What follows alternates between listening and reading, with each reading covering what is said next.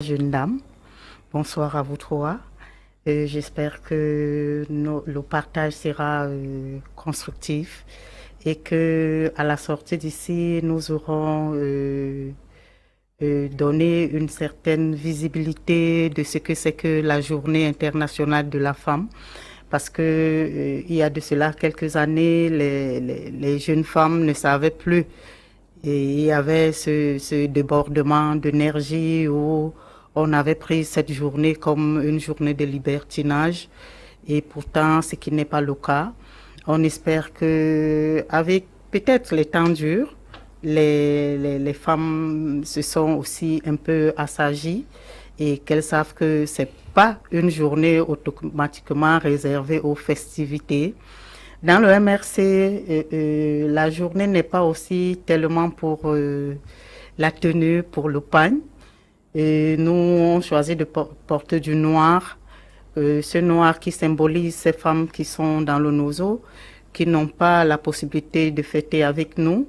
Celles qui sont mortes, les enfants qui meurent dans le nozo, tant qu'il y a la guerre dans le nozo, nous, la journée internationale sera pas une fête. Parce qu'en fait, à la base, c'est pas une fête. C'est un moment où les femmes doivent se poser la question, ce qu'elles sont vraiment, ce qu'elles valent vraiment. Donc, c'est un plaisir. Okay. We also are going to have the contribution from the men, the Northwest Regional Capital, of Mrs. Asanji Yvette, who is also a very, very strong lady, expert in the domain of relationship and marriage. Mrs. Asanji, we're glad that you are going to be part of us. I'll start with you. We are celebrating a day like this.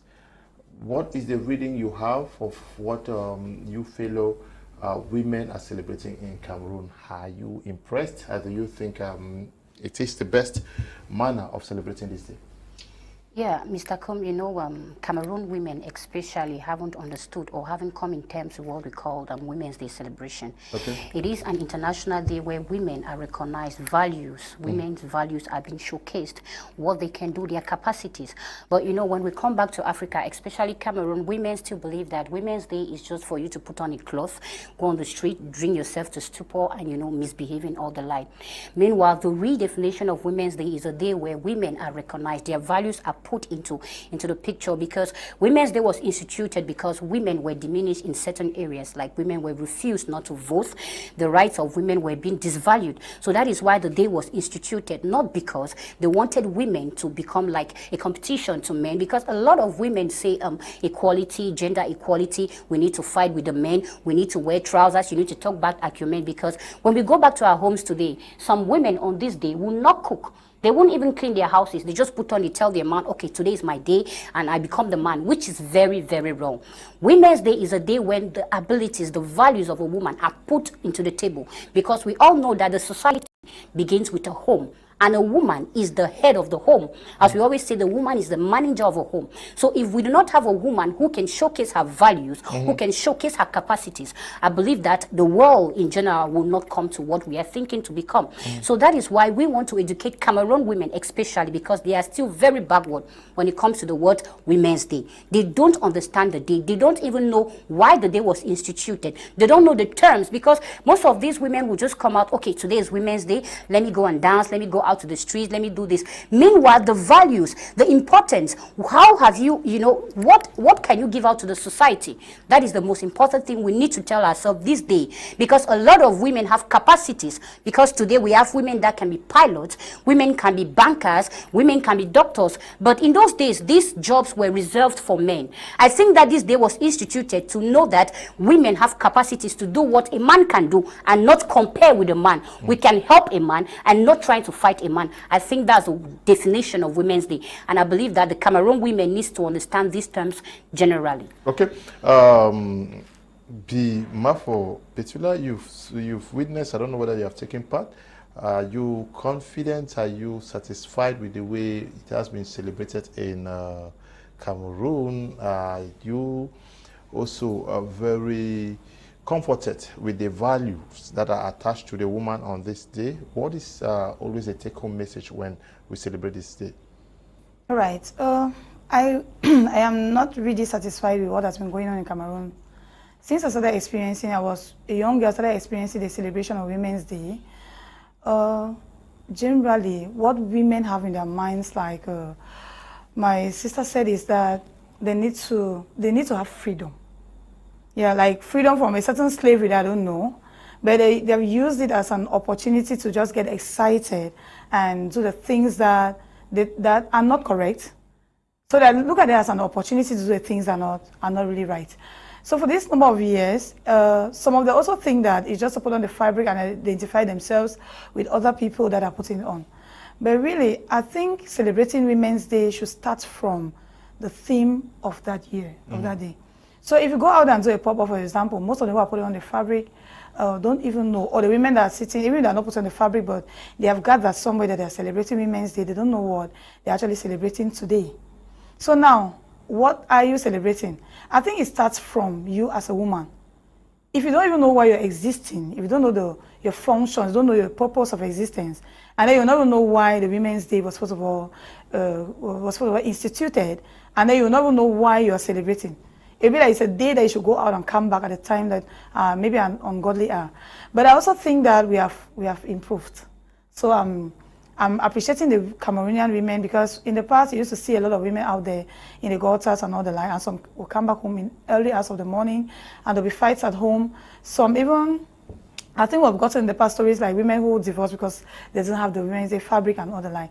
Now, as the days are passing, we are getting understanding that it's not about the fabric, it's not about the going out, but it's about who you are as a woman, the value you carry, what you're able to give out to your community. Now, if you don't start as a woman, then what am I supposed to be when I go out there? What do I represent? What is the person in me? What is that real me? Who am I? If you don't know who you are, then you go out there and do anything. But then if you see a woman that knows who she is, that is, she knows her value, she knows the person that is in her. Because in every human being, there is a you in you. So now, what you portray out there is actually that real you. So you can choose to be a greater personality that is moving towards greatness. You can choose to be a loser and behave anyhow. So I think women are actually, the Cameroonian women are really appreciate that they are growing into knowing who they are. So that's why even from the Bonaberi right to here, I didn't see women like, yeah, I didn't really see them in places like where misbehaving all the way dancing. I didn't see. Where is the problem, Mme Fotinglet? The fact that many women have misplaced the real value of this day. They have failed to understand that this is a day for stock taking, and rather a day for wild celebrations. We mostly see this thing of Sulebelo Kaba is often today now. Who is failing? Is it the government that is not channeling the women towards their right direction, or it's a society that is not also helping the women understand how they need to celebrate this day? I think the government or the society, the international community they are doing their best to ensure women understand the real meaning of the celebration of the International Day of the Woman. But I have the feeling, and sometimes I ask myself, why is this day being abused? I'm like, could it be the word celebration? Could it be the aspect of celebration that come into play? Because we know when you talk of celebration, it's about drinking, it's about you just feel like, okay, I need to get out there, I just get myself stupefied and do anything I want to do because it's in the name of celebration. And I personally, I would prefer to call it the idea of recognition. Is it recognition? Is it a day of understanding, or somehow that women come to recognize the fact that I am not supposed to die with those values in me. I'm not supposed to die with that talent in me. I'm not supposed to die with the gifts that God has given me. It is time for me to set out to work on my talents and make use of it. When society too has to understand that a woman is not only meant for the kitchen, a woman is not only good at giving birth to children, she too has a say, she too has a brain, she too has a mind of her own, she has a person of her own. So I think rather than for the women to have looked at it that way, the celebration part of it has carried the minds of women. And I think that Could it be that women are not very open to education, to the education of the real purpose and the meaning to this day? The woman you have to give yourself to be informed. No matter how information is passed. Cameroonians, actually, they used to say, if you want to hide a thing for a Cameroonian, you should put it in papers. Now, it's not only written in papers. It's on social media, they speak about it, you go to the news, they talk about it. But since the women have not really taken the responsibility to find out what this day is all about. So that's why they go about abusing this day. Today, for instance, I woke up this afternoon and I just asked my junior colleagues in the office, they're all female. I'm like, manager, it's Women's Day celebration. No, we have to. Then I just called them at one point, just like that. I said, but what are we celebrating? What are you celebrating? I asked the question, do you actually know what you're celebrating? I just kind of asked to see somebody give me a meaning, to give me an answer. But to my greatest surprise, I discovered that about 90% of them could not even tell me for sure with so much certainty that this is what we are celebrating.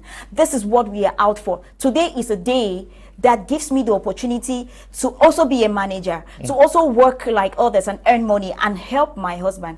You see, that ignorance, I don't know if it is that women have not actually embraced, they don't want to embrace the education that comes with it, or is that they just deny the aspect and they want to be ignorant about it. Okay. But we don't want to forget about the fact that the ignorance is causing a lot of havoc in the society. It has caused a lot of homes to break up. It has caused a lot of relationships to break up. Women have gone into prostitution and all of that simply because they have not understood the real meaning of this day. So I think it's high time, just like we are doing today. I think the education should really be passed across and go right down to the suburbs. Make sure they meet women everywhere. I don't know if they have to go to the market squares. Create forums and avenues where women can really be educated to understand that today is the day for me to know that I was born with values. I was born with talents. I was born with gifts in me. I won't die not because my mother died without making use of hers. I just have to die without making use of my own too. So I have to stand up as a woman and be economically useful for my society. Ok. Madame Bateki, comment est-ce qu'il faut célébrer cette journée comme femme? Au départ, d'abord, c'est pas une célébration en tant que telle, parce que c'est ça qui a trompé les données dès la base. Parce que quand vous dites célébration, et avec la venue des pagnes... Ok, commémorer. Oui, parce que quand vous dites célébration, mais c'est comme ça qu'on considère ça, hein, que ça a été considéré, parce que nous savons que le pagne est un synonyme de fête. Le pagne, ça se porte dans les funérailles, dans les mariages et tout et tout. Donc du coup, quand on porte le pagne du 8 mars, c'est pour fêter, c'est pour célébrer. Et pourtant, ce n'est pas ça l'essence même de cette commémoration. C'est une commémoration qui doit nous remettre en cause, qu'on regarde ce qu'on a, ce que ceux qui étaient derrière nous ont fait et ce que nous qui sommes devant maintenant, nous pouvons aussi faire. C'est-à-dire l'indépendance de la femme, ces femmes qui ont marché, qui ont combattu pour que les femmes puissent aller au vote, pour qu'il y ait une certaine égalité entre l'homme et la femme. Est-ce qu'il y a une continuité ou bien nous nous sommes tassés parce que on se dit souvent les autres ils ont bagarré pour nous, c'est pour ça que nous devons dormir? Non.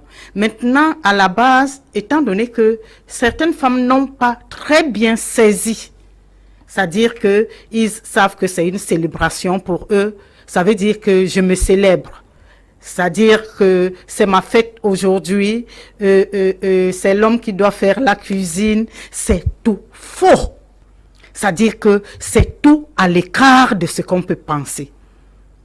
Au préalable, la femme doit être même plus élevée que l'homme. Parce que si aujourd'hui tu es directeur d'une entreprise, moi aussi je peux être directrice d'une entreprise. Mais à défaut de ça, je te sers à manger à table. Je fais tes enfants, je les éduque. Donc voilà quelque chose qui devrait montrer aux femmes qu'elles ont cette essence-là, qui est un peu supérieure à l'homme, mais qui ne donne pas quand même, c'est pas pour donner la tête, mais c'est pour qu'elle s'affirme, qu'elle se confirme. Une femme qui veut fêter une journée internationale, par exemple une ménagère qui veut fêter une journée internationale, puisque dans leur tête ça a été une fête, elle doit mettre son ménage d'abord. Ok, parce que c'est ça l'essence de la femme. Même si tu as une ménagère, tu dois te rassurer que ta maison, tes enfants sont bien. Après, maintenant, tu peux aller te balader. Ça n'a pas été une fête où la femme doit décréter que c'est aujourd'hui que mon mari doit faire la cuisine, non. Choisis ton jour, le jour de ton anniversaire, par exemple, parce que toujours dans un couple, il faut quand même que l'homme aussi de temps en temps montre des petits gestes à la femme, premièrement. Deuxièmement, pourquoi ce n'est pas une fête? La femme doit fêter tous les jours. Pourquoi c'est seulement un jour? Moi qui suis la mère de l'humanité, moi qui est, c'est-à-dire que si je n'existais pas, l'homme n'existerait pas parce qu'il sort de mes entrailles. Pourquoi c'est seulement un jour dans l'année qu'on met? Ce jour est juste symbolique. C'est symbolique parce que dans le passé, dans les années antérieures, la femme n'était rien. Elle était réservée à la cuisine. Moi, dans notre tradition, il y a certaines nourritures que les femmes ne mangeaient pas. On te disait, tu ne peux pas manger telle nourriture parce que c'était les choses qu'on créait juste pour minimiser la femme. Aujourd'hui, c'est juste par rapport à ça qu'on bagarre. Mais le reste doit être correct. Je dois apprendre. Je dois être entreprenante. C'est-à-dire que si mon mari peut acheter une chaise, que je puisse acheter un salon, pourquoi pas? Puisqu'il a 2 pieds, 2 mains comme moi. Puisqu'aujourd'hui, je peux faire ce que lui aussi il peut faire. Donc, c'est pas... J'aimerais attirer l'attention des femmes.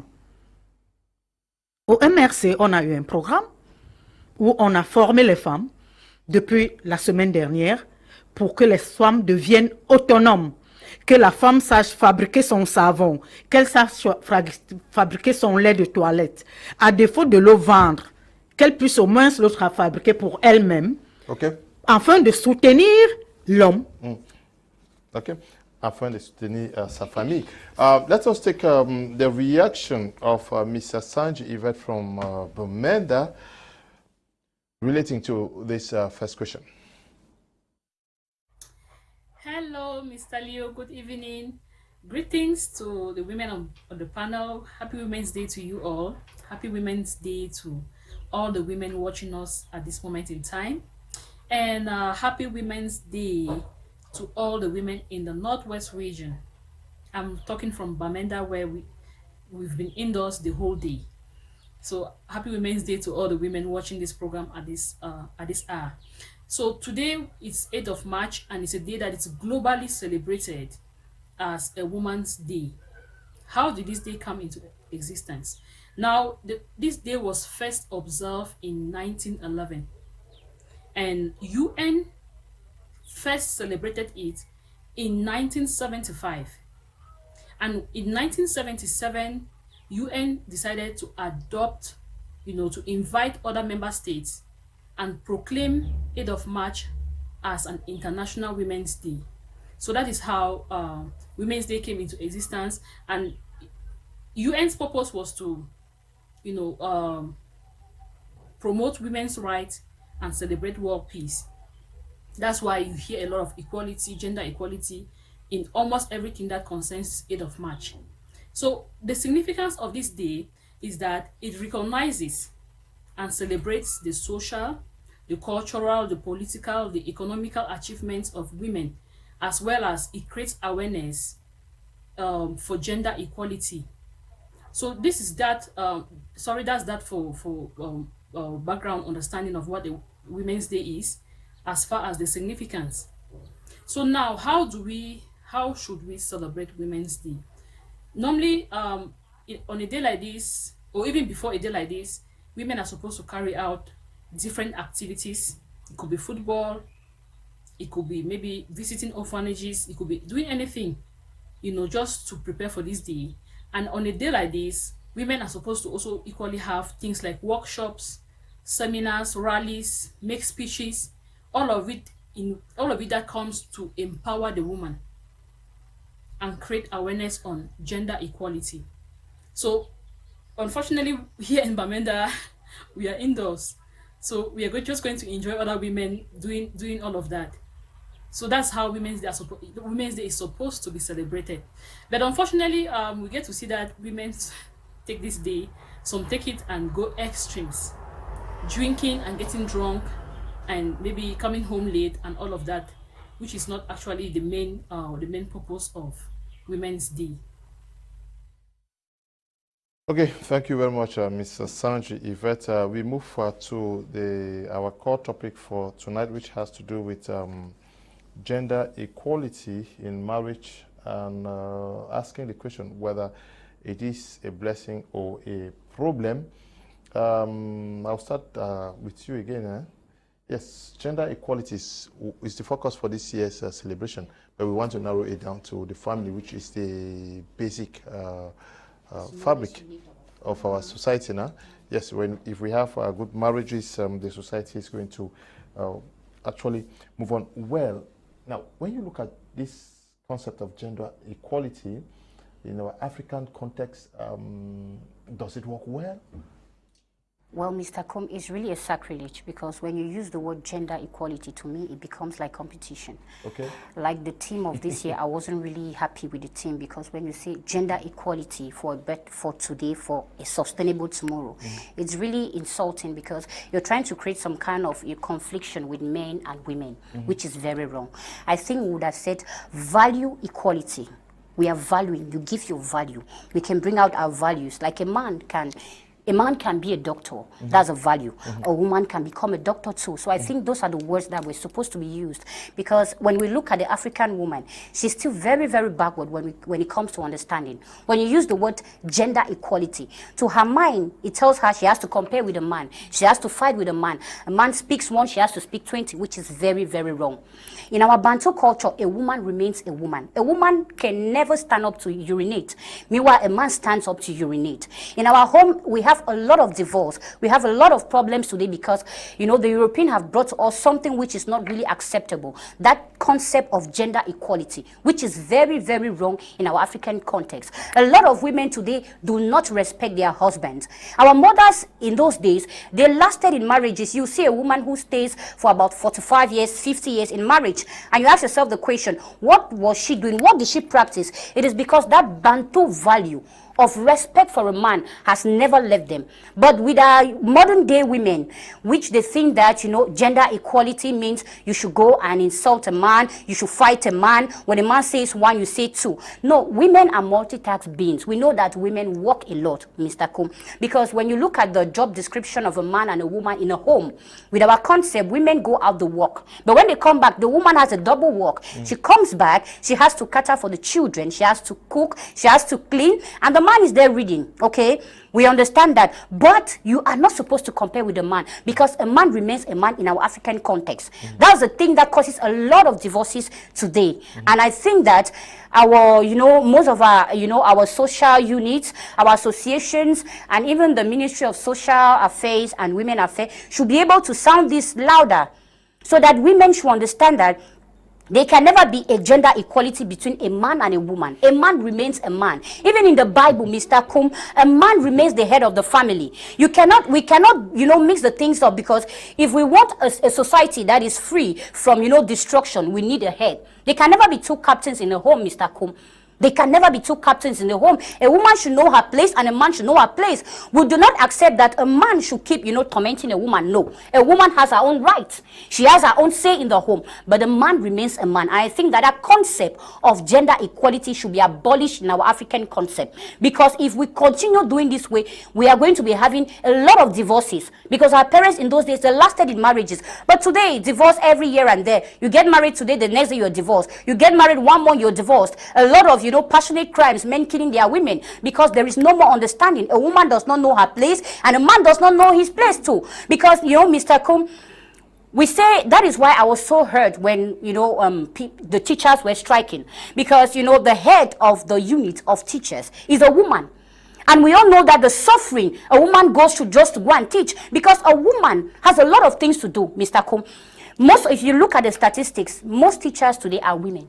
Most teachers are women. And the minister of, secondary education, who is the woman, should have understood the plight and the pain of these women and pay them. Because these women, she comes back from school, she has to cater for her own children. She has to go and do research before going to transmit education or transmit knowledge. Yeah, it is a double wage. Money is not in the Ministry of Secondary Education. Yeah, but she would have advocated for her teachers. She is the head. She would have advocated as a woman who feels the pain of women, because most teachers today are women. So I think that it is a concept that needs to be spoken very well in Cameroon, especially. Pertular, gender equality, does it work in African marriages, African context? Does it fit, or we still need time to understand it the way the West does? I think we're not ready for this by the time it was coming. Yeah, we're not ready, because what I understand about most African countries like our own is that we import concepts and we impose them on our citizens. So this thing was imported and imposed on us. First of all, let's look at the way the girl child grows up in Cameroon. You stay in your father's house and you leave and go to a man's house. That is it. So there's hardly a moment where you stay like an independent person to be able to manage your time, because when you're in your parents' house, your mother still gives you instructions. You get up, you're working according to our principles, your father gives you instructions. But when you stay alone, like you see, those who go to university and are renting a room, they have a timetable, they know when to do the things they're supposed to do, when they have classes and all this and that. Most often, the girl child has very little time to live independently. So the girl child is unable to even manage her own time. And from there, she goes to a man's house. And now they start giving her another set of rules, which means that there's no time that you can really, you feel that the real you, like you don't really know who you are. You cannot really manifest. So I'm thinking that we're not ready, because before a concept comes to a country, there are seminars and there are teachings. There are a story of people who are of the age of getting married, are touched, like they've gotten it, and we see results and then we get it. It was not compulsory that we follow all the other countries to start celebrating. I don't know how it feels for me saying this, but now that we are in this, we will not say we should go back. Because we're in an era where information is available everywhere. So no woman should keep blaming the past. Yes, let us celebrate the past, because some women actually lay down their lives, so we appreciate them. Now that we are here, what is the way forward? You can get information online. It is free, because most women have very good phones, Android phones, and they have data, and they use it to watch movies and all the like. They hardly research on how they can get some value, they can add value to their lives. Because without information, you are so stagnant. I mean that you're deformed. So we cannot stay blaming the past or saying whether, or still discussing whether it has affected us positively or negatively. It has affected us negatively because we are ignorant. But now, what should we do? I really want that the women should look at their time very well. Like my sister said, it's true that the woman's timetable is so saturated. But there is also a possibility, because from creation, a woman was created to be a helper. And if the man represents humanity, it means the woman is supposed to help humanity. Let's start with the family. That is your own environment. That is your sector. That's where you're supposed to help your humanity. Now look at your time. If your work is too much, there's a saying, there's a post I made on Facebook that if your distance to success is very far, they need to be rising up very early. Yes, if you're schooling in Bonaberry, you're in Bonamusa, you're schooling in Bonaberry, you cannot rise up at the same time like somebody who stays in Bonaberry. So now our time is limited, yes. And today, in today's world, even in Cameroon, because there's no way we can go back from technology. Things are changing. The man and the woman need to work. If you want to live an above average life in this Cameroon, the man and the woman must work. And we cannot say that we want to start imposing that the man should start doing the house or this and that. The men that understand can help. But if your own does not understand, my sister, don't kill yourself. Okay. Yeah, so just go to your timetable, right? Instead of rising up at 6, just try, set your alarm clock and be rising up at 5. Yeah, wake up at 5 and try to do some of those things. When you come back, instead of going to bed at 7, go to bed at 10. I'm telling you, because this thing like that, gender equality, When you start saying that the man should help you, will only be thinking that because there's some sort of gender equality, that's what you're saying. Meanwhile, you are struggling with your little energy. You are struggling because you need to also help put food on the table. They'll not want to understand, but don't fight. You don't fight somebody on the strong side. Look at the weakness, where he is weak, and take advantage of that part. Now, let's get the first reaction of Mr. Asanji Yvette on this second topic.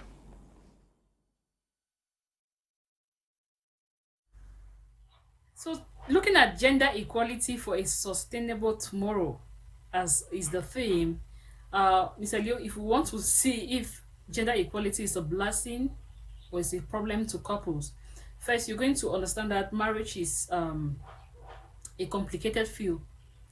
Marriage is a complicated, is the most complicated of all relationships.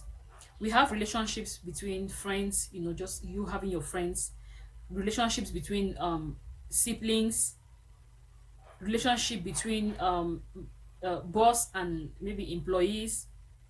All of those relationships, they are not as complicated as marriage. So when we talk about marriage, we need to be careful with what we apply in marriage. Now, gender equality is okay when it comes to giving women the same platforms as men, giving women the same job opportunities as men, giving them the same chances, and even career-wise, a woman can also pursue career, just like some of us are doing. But when it comes to marriage, we need to be a bit careful with how we apply gender equality in marriage. First, Mr. Dio, I would like you to understand, or I would like the public to understand that we have two kinds of couples. We have the traditional couple. The traditional couple they are the ones that believe the man is a superior, the man takes the decisions, the man has the final say. When the man says yes, nobody says no. Like what happens in Mali. I learned in Mali, when the man talks, the woman cannot even open her mouth. So that's what we call a traditional couple. But if we look at what we call an egalitarian couple, a modern couple, you're going to see that this other couple, they have a different view on what marriage is. That's why we call them modern, because they don't look at marriage from the same perspective as the traditional couple. In the modern marriage or modern couples marriage, they believe that a woman and a man has the abilities to put in whatever it takes for a marriage to be successful, and so they give the chances for that to take place. So a man will not look down on a woman like he is the superior and all of that. What I'm not saying that the man is not the head of the home, but in the case of a modern couple, they give the chances, they make a platform where everybody can contribute positively to the marriage. Okay, thank you, Mr. Asanji Yvette. Now, most women are largely dependent on the men, be it for as married women or in relationship. You go out with a girl today, she'll tell you that the gas is finished, and yes, you're laughing. The gas is finished. She has not aired. The head is this and that and that and that. And when it happens like that, but when we talk of gender equality, they say I'm equal to you. How do we factor this? Mr. Louis, society has made it so. We don't deny it. That's the truth. If you go out there, you will hear it happen. In fact, you see girls talking, women. Even when she has money in her pocket, she will still depend on the man to be able to provide for her. Society has made it so. We are Africans. We are talking based on the African concept. We are typically Africans, and society, we grew up seeing the society put us at the back, make a woman to understand that you have to solely depend on a man. A man has to provide everything for you. You have to see your responsibility. Just stay in the house, give birth to children, and give birth to children again. And then the man goes out and provide the food, and you just receive. You're just the recipient when the man is the producer, And it's a very wrong concept. Thank God for the commemoration of a day like this, when women, that's one of the things we are excited about it, that okay, we have come to understand that It's not about depending on a man. He's not a slave to provide everything for you. That he has to provide you with food, with clothing, with all of that, you know. So it still boils down to the fact that a lot of education has not been done. It has not really met the need, or the girl child has not understood. The women have still not understood that, no, it's a day that says you are able. That says you can. Yes, you can. Yes, you can stand up, you can work, you can earn your own money, and you can do your own very things. You can eat what you want to eat at the time you want to eat it with your own money. You don't need to depend on a man. So it's a day that we are to recognize that, and then fight that aspect of being so dependent on a man out of us, and being independent, being able to manage your life. You are married, especially if maybe say women who are not married or not, being able to manage to provide for yourself and to provide for your home. We are talking in the concept of marriage here, gender equality. I would say the most beautiful marriage you can see nowadays is the marriage where both parties work for the good of the home. That is, the man, as he is paying the rent, the woman can pay the bills, the electricity bills, the water bills. It makes life a little bit less tedious for the man, and he begins to understand, wow, I have somebody around me who can be of help, and he tends to love the wife more. This aspect of gender equality can never work in the institution of marriage. In fact, it can't even work. Marriage was ordained, please just permit me, I'm going to go back to the scriptures a little. It was ordained by the Creator, by God himself. He ordained marriage, and from creation he said, a woman is a helper. You are a helpmeet. Now, when Adam and Eve, they sinned in the Garden of Eden, he came, he pronounced everybody's punishment. You had your role to play, I had my role to play. I will suffer during childbearing. You will suffer and you will till the soil. I have my responsibility, you have yours. A man, I'll borrow the words of Apostle Mme Fotinglet on this platform, who said, a man can never be a woman. A woman can never be a man. You cannot change it. My husband cannot do what I am doing. I cannot do what he does. I have my responsibilities, which are mine as a woman. I'm not competing with him. I just have to do mine excellently well. He does his well for the good and betterment of our home. And we get to succeed in the area of marriage. Now, when God pronounced this punishment, he didn't say that you, Adam and Eve, all of you will till the soil, or you will all labor during you all bear the pain during child labor. But that is the scripture many people have misinterpreted and said that, no, Adam was the one to till, means he has to provide for the home. Oh no, that's not what the Bible meant. That's not what God actually meant at that time. Why? When you go ahead, you begin to read, you see women who came up. You hear about the Deborahs, you hear about the Rebeccas. They were in the field, they were working. Deborah was a judge, she was a strong woman at that time. Even men were bowing down to her. She was so strong and she was energetic. She was putting her values into use. She did not slip off. The roots. And you see women like the roots. The roots were getting to work, and you see how the husband of the Prophet 31 woman had to celebrate her. He did not celebrate this woman because she was giving birth to children, or because she sat home and wait for him to go work money and bring. No, the Prophet 31 woman was celebrated by her husband because she was industrious, because she was able to go out there, fend, work, bring something home to support her husband. And that's why the man was so proud of his wife and celebrated her. You know, women have a lot of talents. They just decide to make it, just to keep it and sit on it, and they don't do anything with it. Jesus came now in the New Testament and said, no, this creator woman, this woman I created, she's very intelligent. After seeing the works, when you look at the works of the Deborahs, of the Prophet 31 woman and all of that, they were being economically, politically, socially very, very, they were doing so well. And then I think Jesus said that, okay, if I allow this woman just walk like that, there's going to be disorder in this society. So in the book of Ephesians, he decided to bring order. He says, no, I must put order in the institution of marriage. I cannot create marriage from the beginning and I allow disorder. In as much as a woman is industrious, a woman is very intelligent, women can really be very naughty. They can be very naughty and they can abuse power when it is given to them sometimes. And that's why Jesus said, no, you know what? I'm going to put order in this whole thing. And he said, man, you are the head of the home. He said, woman, submit yourself to your husband as Christ, as the husband is to the church. You, man, your responsibility is to love your wife. He did not say, woman, submit, you submit and still fight positions with your husband. No, You submit with your intelligence. You submit with your finances. You submit with your strength, with your talent, and all of that. It still puts the man at the head. There was no limit to what a woman should submit to and what a woman should not submit to. And he said a woman should submit to the man, which means a man has been given a position that nobody came with it. Okay. By God himself. We cannot contest. So when we talk about gender equality, I like what my sister said. It's actually a sentence, a phrase that can cause more havoc to the homes. We say gender equality.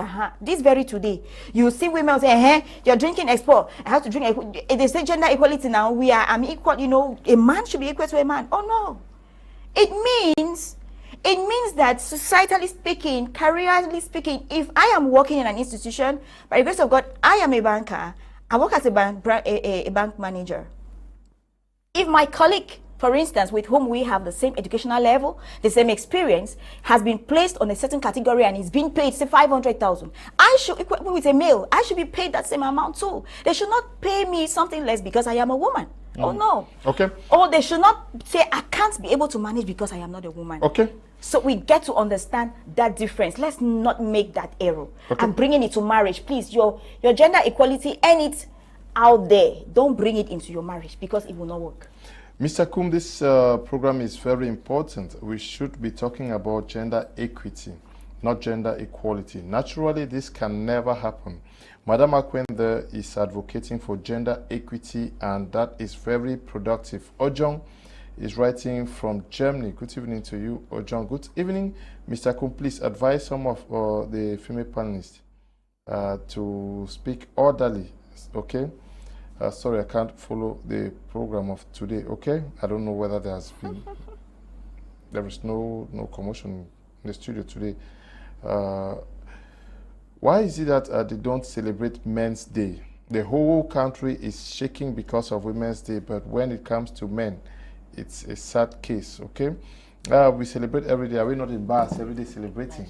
Yes. So, Madame Bateki, est-ce qu'on peut véritablement parler de l'égalité dans les couples? Et est-ce qu'il y a... Oui. Je ne sais pas s'il faut vous ramener la question. Si, parce que quand j'ai entendu quelques bribes de mots de ma fille Nadia, où elle disait là, en ce qui concerne le thème de la journée de cette année, elle a été un peu fausse. Gênée. Oui, oui. Ma fille, tu n'as pas compris. La journée d'aujourd'hui ne traite pas le mariage. C'est-à-dire que faisons une nuance à ça. Ça traite la femme et non le mariage. On a dit égalité homme et femme. Sur quand tu veux voir dans cette journée que nous fêtons aujourd'hui. Cette journée n'a aucun rapport avec le mariage. Parce que vous êtes d'accord avec moi que le mariage n'est pas une fin en soi pour une femme. Cette journée traite les droits de la femme.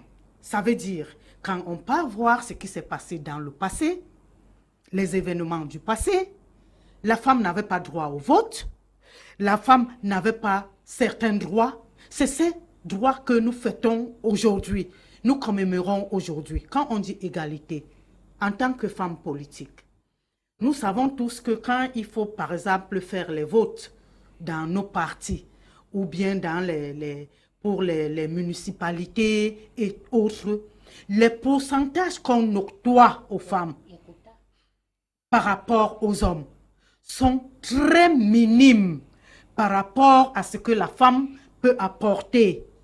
Quand vous allez dans les entreprises, les avantages que les hommes ont par rapport aux femmes, c'est de ça que nous parlons. Nous ne parlerons jamais du mariage. Attendez, nous ne parlerons jamais du mariage. Je vais vous expliquer pourquoi nous ne pourrons jamais parler du mariage.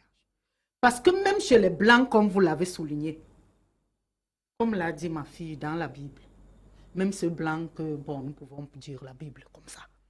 Mais le blanc, quand il lave la vaisselle, il lave cette vaisselle pour aider son épouse. Il ne lave pas ça parce que c'est son devoir. Donc, toujours dans le mariage, il y a le devoir de l'épouse qui doit se soumettre. Pas se soumettre, mais qui est en dessous de l'homme. Et je vous assure, une femme mariée, même surtout ici au Cameroun, tu ne peux pas dire à une femme mariée d'être l'égale de son mari. Elle va refuser. Non, non, ça se passe. Laissez-moi vous expliquer pourquoi elle va refuser. Laissez-moi vous expliquer. Parce que quand on dit l'égal du mari, ça veut dire que si mon mari peut louer cette maison, si mon mari donne 50 000, je donne aussi 50 000 si la maison est 100 000. C'est ça l'égalité. Si mon mari paye l'eau 25 000, on met ici c'est 12 500, c'est ça l'égalité. C'est pas l'équité. Is that not equity? Non. Il y a une nuance, c'est ce que vous êtes en train de dire. L'égalité. L'égalité, hein, ma fille. Ça veut dire que quand on dit l'égalité, bon, quand on dit en français courant, c'est 1 plus 1 égale 2. Donc, ça veut dire que si toi et moi, nous sommes en mariage maintenant et que nous voulons avoir l'égalité, égalité dans le mariage, ça veut dire égalité des responsabilités. L'égalité du mariage ne veut pas seulement dire que l'homme doit faire la cuisine, parce que l'homme peut t'aider en cuisine, en n'importe quelle condition. Mais est-ce qu'il peut avoir égalité dans un couple? Je dis donc que c'est impossible. La femme même qui pourrait, si on peut s'imaginer que ça a été écrit aujourd'hui, la femme ne l'acceptera pas. La femme, on est né, c'est-à-dire qu'on est né avec cette mentalité que l'homme doit nous entretenir. Nous devons soutenir l'homme, mais nous ne prenons pas le devant. Est-ce que vous êtes arrivé d'être quelque part où la femme dit, quand on parle de son mari, dit que celui-là, c'est la femme à la maison? Évidemment, ça se passe pas. Non, exactement. Mais vous serez d'accord avec moi que si on parle peut-être aujourd'hui, il y a les hommes-femmes. Vous voulez le nier? Qu'il y a les hommes-femmes, qu'il y a les hommes, c'est-à-dire qu'il est homme parce qu'il est là devant toi, mais il n'a pas parce que effectivement, quand on a dit femme, aime ton mari, femme, soumets-toi à ton mari. La soumission est synonyme de puissance. On ne se soumet que à celui qui est ton supérieur. Oui. Tu ne te soumets pas à n'importe qui. Donc, ça veut dire que si tu as affaire à un homme qui n'assume pas, ça veut dire un homme qui ne sait pas que le mois est fini, il faut payer le loyer. Un homme qui ne sait pas que le mois est fini, il faut rationner. La femme reste une femme. Hein. Elle est...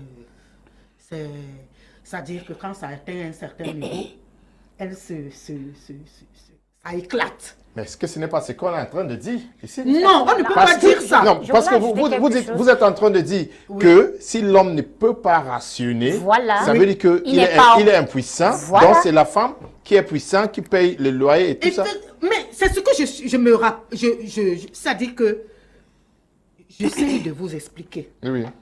Quand on parle des hommes, c'est-à-dire que même comme mes enfants le disaient dans la Bible ou n'importe où, quand vous lisez par exemple les Écritures, moi je ne connais pas les passages bibliques, on sait que l'homme partait à la chasse et ramenait le gibier à la maison et la femme cuisinait. Mais de cette époque à notre époque aujourd'hui, il y a les hommes qui sont nés pour être des paresseux, qui ne savent pas aller à la chasse, que eux, ils sont devenus comme si c'est la femme qui doit aller à la chasse, pendant que eux, ils attendent que cette femme à la maison. Donc, il y en a plein maintenant dehors, nous le savons. Dans ce cas, c'est là où il y a égalité. Il ne peut même pas avoir égalité non plus. Il n'y aura jamais égalité. Dans ce cas, parce que là, toujours, on verra maintenant que c'est la femme qui devient l'homme et l'homme devient la femme. Il n'y a pas égalité. Il ne peut jamais... Mais je vous assure, c'est-à-dire que l'homme, c'est-à-dire, par exemple, quand on parle, on a aujourd'hui, parce que c'est une réalité, on a les femmes dans les ménages aujourd'hui qui ont les hommes qui ne servent presque à rien. Okay. Ça, il faut l'avouer. Il y en a. C'est-à-dire que... Let's just take... I'm coming back. Let's take a short break. We will continue with you, Nadia, after that.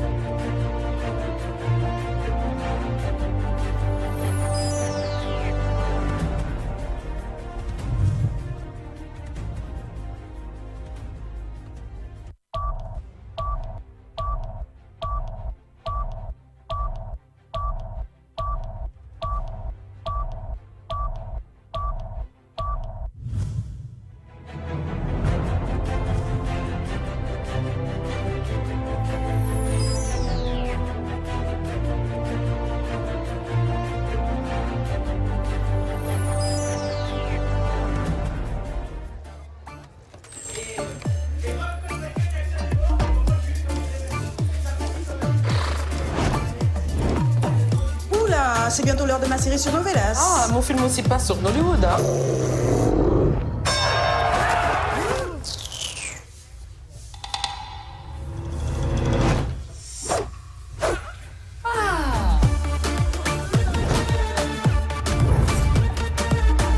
Avec la nouvelle application Canal+, retrouvez plus de 25 000 programmes en replay, profitez de 200 chaînes en direct et contrôlez votre consommation de data.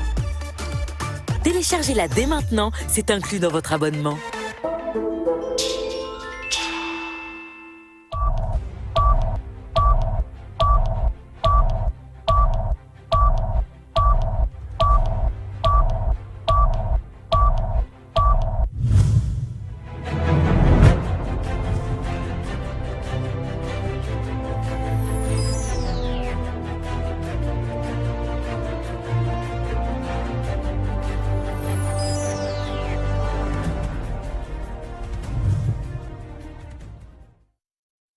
Welcome back. You're watching Prime on My Media Prime. We are discussing about gender equality. Is it possible in the home as a couple? Est-ce que vous pouvez chuter pour qu'elle vienne? Oui, je voulais parler, par exemple, quand je parlais, parce que j'ai peut-être suscité quelques mécontentes ou bien quelques incompréhensions. Oui, je voulais parler de ces hommes qui sont paresseux naturellement. Il y a les hommes qui ne travaillent pas, mais qui servent toujours à quelque chose. C'est la même chose quand tu as ton épouse à la maison qui ne travaille pas, mais qui te sert à quelque chose. Maintenant, on a ces hommes qui non seulement ne travaillent pas, mais te mettent même les bâtons dans les roues pour que tu n'avances pas. Et c'est en ce sens que je dis, il n'y a pas égalité. Il ne pourra jamais avoir égalité entre un homme et une femme. L'homme qui sera à la maison et qui aura toujours, même s'il n'a pas 25, et qu'il a la responsabilité morale de conserver, parce qu'il sait qu'il est le chef de famille, sera différent de cet homme qui est à la maison et qui ne te sert à rien et qui veut te ramener plutôt en arrière. Maintenant, pour celui qui est le chef de famille, là aussi, il n'y a jamais égalité. Moi, je vous ai dit, si je suis mariée, et qu'on me dise qu'il faut qu'il y ait égalité avec mon homme, même si mon salaire est son double, il n'y aura jamais égalité parce qu'il faudra qu'il assume. Assumer, ça veut dire être le chef de famille. Et qui dit chef de famille dit, il est devant, moi je suis. Donc voilà, en ce sens que je parlais de cette... Oui. Oui, je voulais ajouter ce que la dame, la représentante du MRC est en train de dire, parce que vous avez dit, parce que j'ai suscité que le thème, qu'on dit gender equality, ça veut dire le genre homme et femme. Il n'y a pas égalité, voilà, je dis le thème ne va pas. On devait dire l'égalité en valeur. Quand on dit valeur, ça veut dire je peux être un banquier, tu peux également être un banquier. Je pense que le thème biaise, parce que je vais vous dire, quand nous rentrons dans le contexte africain, les Africains prennent les choses au premier degré. On nous a amené les réseaux sociaux et ils ont utilisé ça mauvais, dans une façon qui n'est pas bonne.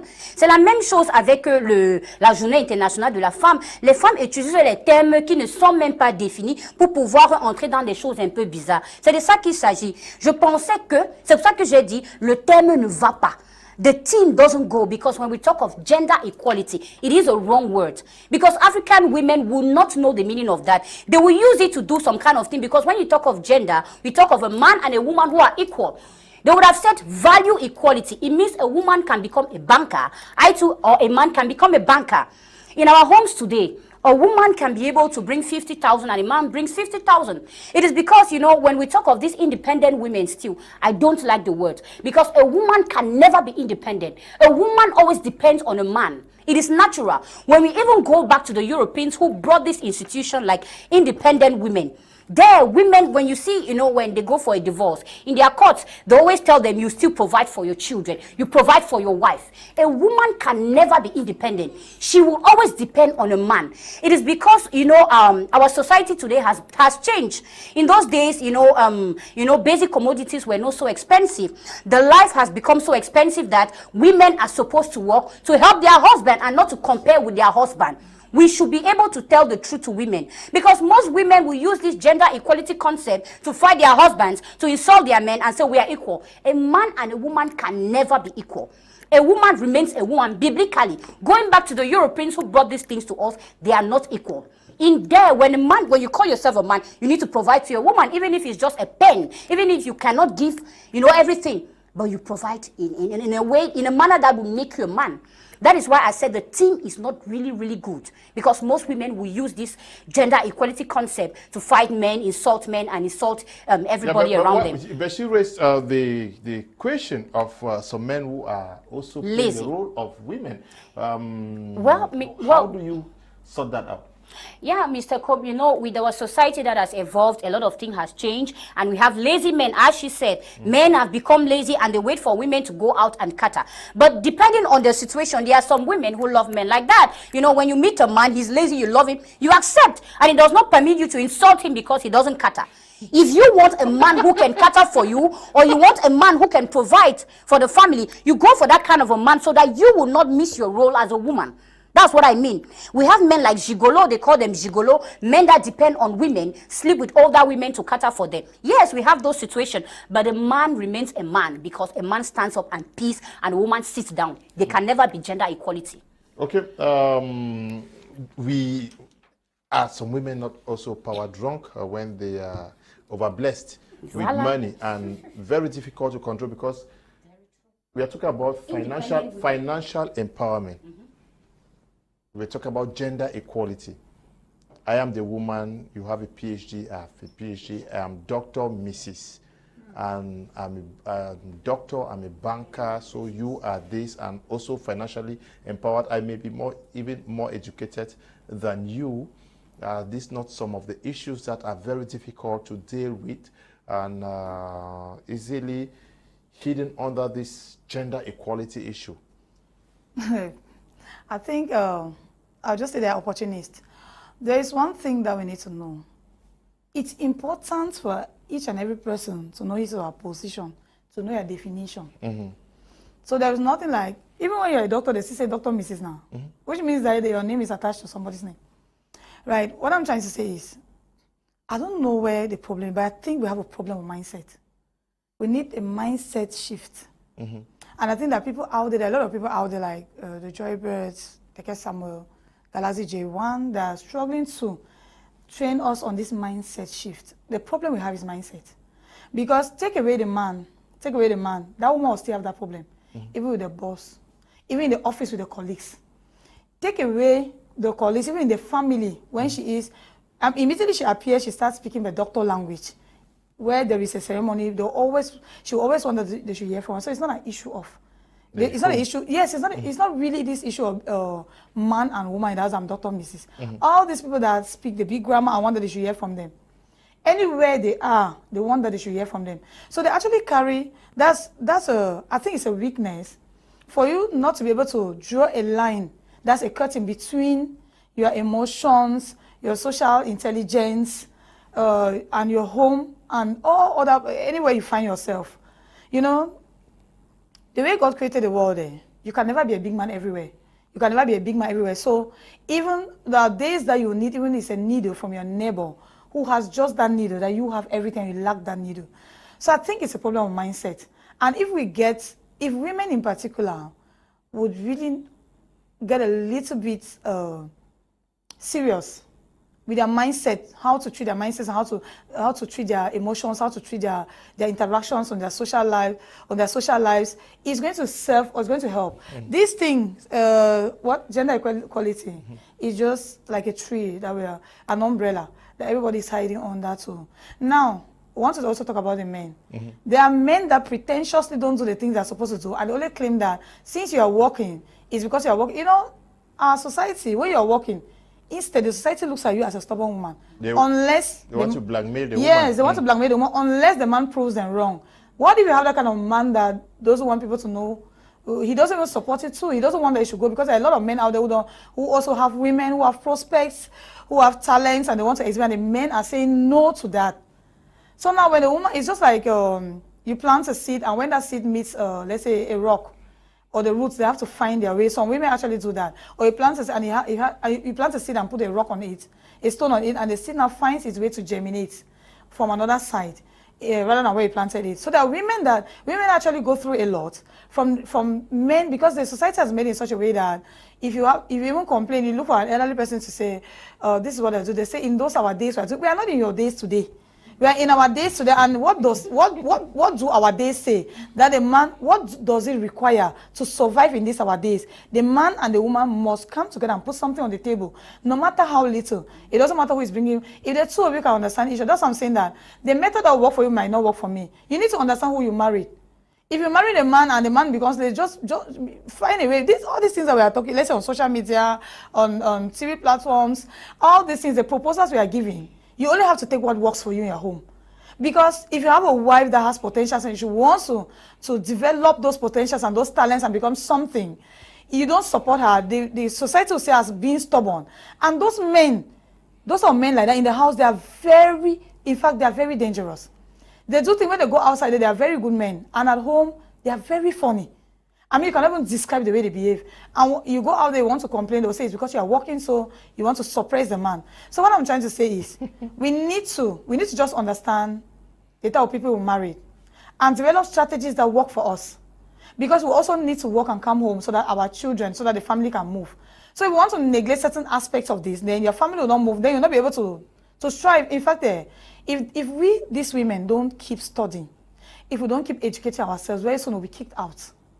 I mean that there'll be nothing that you'll be able to do if you don't get up, if we don't rise up and behave ourselves and understand what it means for you to be a helper, or for you to come to the house, for you to work and come to the house and carry our responsibilities, irrespective of the way your man is behaving.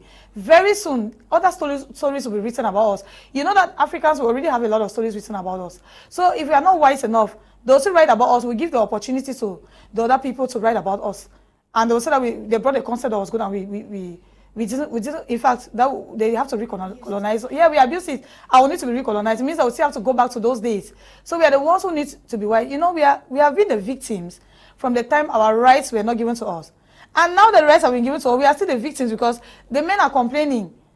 You know, we need to behave ourselves well so that even if they are complaining, at least there should be that fact that we use these opportunities right. So let us rise up as women and do the things that are right. Okay. This issue of the man actually permitting the woman to get to their level, we're talking about equity here. Maybe the man is a degree holder. I am a degree holder. I hold a first degree. And my wife has a master's degree and is even going further. I have no complex, but it is always a problem. Why do you say illiterate? But that is a problem, and it's quite problematic with what we are talking about here, because we think that if we allow this woman to get to my level, they will start talking gender equality, women's right, and that's why I think we have a little controversy here. We have a little controversy when we look deep into it. You see a woman who is struggling to come out. Society say, okay, come out. Society says you have potentials. Yes, you can. You are a strong woman. You can be in politics. You can do business. You can be an entrepreneur. You can be resourceful to your world. Woman, get up, come out, and be something. And then the husband says, I can't let my woman go. When you want to go, he starts fighting. He fights back. He's like, no, you can't be this, you can't be that, you can't be that. I look at this. The first thing, I talked about the mindset. I think the first problem we have first is the woman herself. It's us women. If a man should I'm coming to the man. If a man should categorically refuse that, no, I do not want my husband to enter politics. You know, my wife, women are sometimes they can really exceed. When you give a woman a kiss, she wants an embrace. That's the nature of a woman. When you give a woman a handshake, she needs a kiss from you. She wants more. She always wants more. I think for the little, if you are a woman and you want to go further and your husband refuses, check out. Probably the little step you took, you became arrogant. And he sits and tells himself that if I allow this woman to go further, then I'm dead. This marriage will never work. It will not go between she and I, because she wants to take my place into this marriage. So we are trying to be bossy. We want to put down our husbands because we have that latitude, we have that opportunity to be at the leadership position, maybe out of home. So it's first of all the woman that is the problem. The woman trying to caution herself and say, no matter who I am, I remain a woman. I am a wife. We've said that the smallest unit of the society is the home. And the home is made of the husband and the wife. Without beautiful homes, without homes that are free from troubles, we cannot have a society that is free from troubles. Imagine a man who, a minister, that after he has fought with his wife in the morning and he's so tense and he goes to the office, what do you expect him to pronounce to the state? He cannot. He will not really say something that he can say good, you know. So if women can learn to say that I am going further, but I give my husband his place. I give my man, I give him the position that he deserves in my home. When he sees you doing that with all the humility, I think he will allow you to flourish. I think he will allow you to go further. He will allow you to exploit your talents. He will allow you to exploit those God-given, those gifts that are in you. Secondly, when you're talking about the man, it's true that some men are just unnecessarily jealous. But when they see you a woman, that's because it's very common with African men. They know that my father got married to 5 wives. These wives sat in the house. They were not doing anything. Or my father had to command and for them to just answer and say, yes, sir. But times have changed. We are no longer in those days where we just have to sit and wait. We have to help the men. We have to help the society. We have a brain too. We have a mind. We have a conscience. We have ideas that we need to give so that the country, the government can put in place and make great use of it. So the men too, like I am saying, that some just get unnecessarily jealous and they are still not educated. Yeah, are men not also very jealous and scared because of what they have seen from other homes? Because I can give you statistics of persons I know of. Yes. That's why I started by saying that it's first of all about the woman. She mentioned something, a woman, keep away the man. She and her fellow sister, they will always be a loggerhead. There's that competitive spirit in a woman. There is that, sometimes a woman, when you give her power, sometimes she abuses. So a woman, first of all, has to start by pruning her own self, educating her mindset, and building up herself, understanding that this is my position, knowing who you are. No, you're not competing with anyone. You're not competing with your husband, nor with your sister, because you don't have the same purpose. You don't have the same values. I compete only with myself because I'm striving to be a better version of who I am today. So it is just about me, and I still remain the wife. Even though I am a manager in the bank, I am still a wife to my husband. Even though I am a delegate, even though I am a minister, I am still a wife to my husband.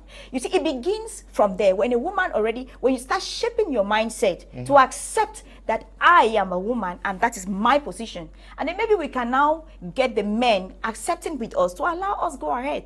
So for those men who just unnecessarily, because there are some that it is real, it's factual, there's some men that no matter what you do, whether you clean their shoe, you lie down for them to walk, they will not allow you go. I've seen in homes that a woman who is that submissive, he tells you that you are not doing anything. And a neighbor, he didn't permit the wife do anything, and he will not provide everything for the wife. When she fries groundnut and put on the man, he comes back and he pushes it, throws away, smash it, and he will not permit the wife to do anything, at least even to buy a part for herself, but he will not provide everything for her. You understand? And so that's why it becomes very dangerous. Men should be comfortable.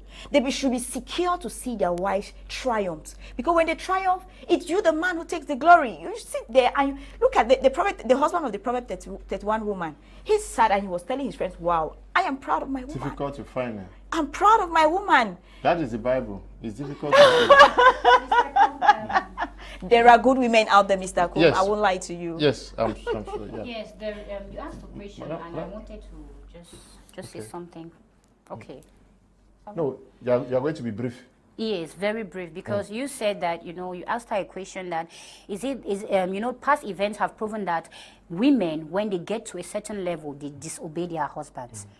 It is very true. That's why you see most of the time we have passionate crimes out of the country, like a woman you get from the village, you bring to town and you wash her and she becomes somebody. She behaves like somebody who is like going wet. That's why you see most men today, they don't allow their women to do anything. Why? Most of them even do not want their women to get educated because they say, okay, I brought you, you didn't have a level, you have given birth to children, you have gone out to those your women association. They have you know, formatted your brain.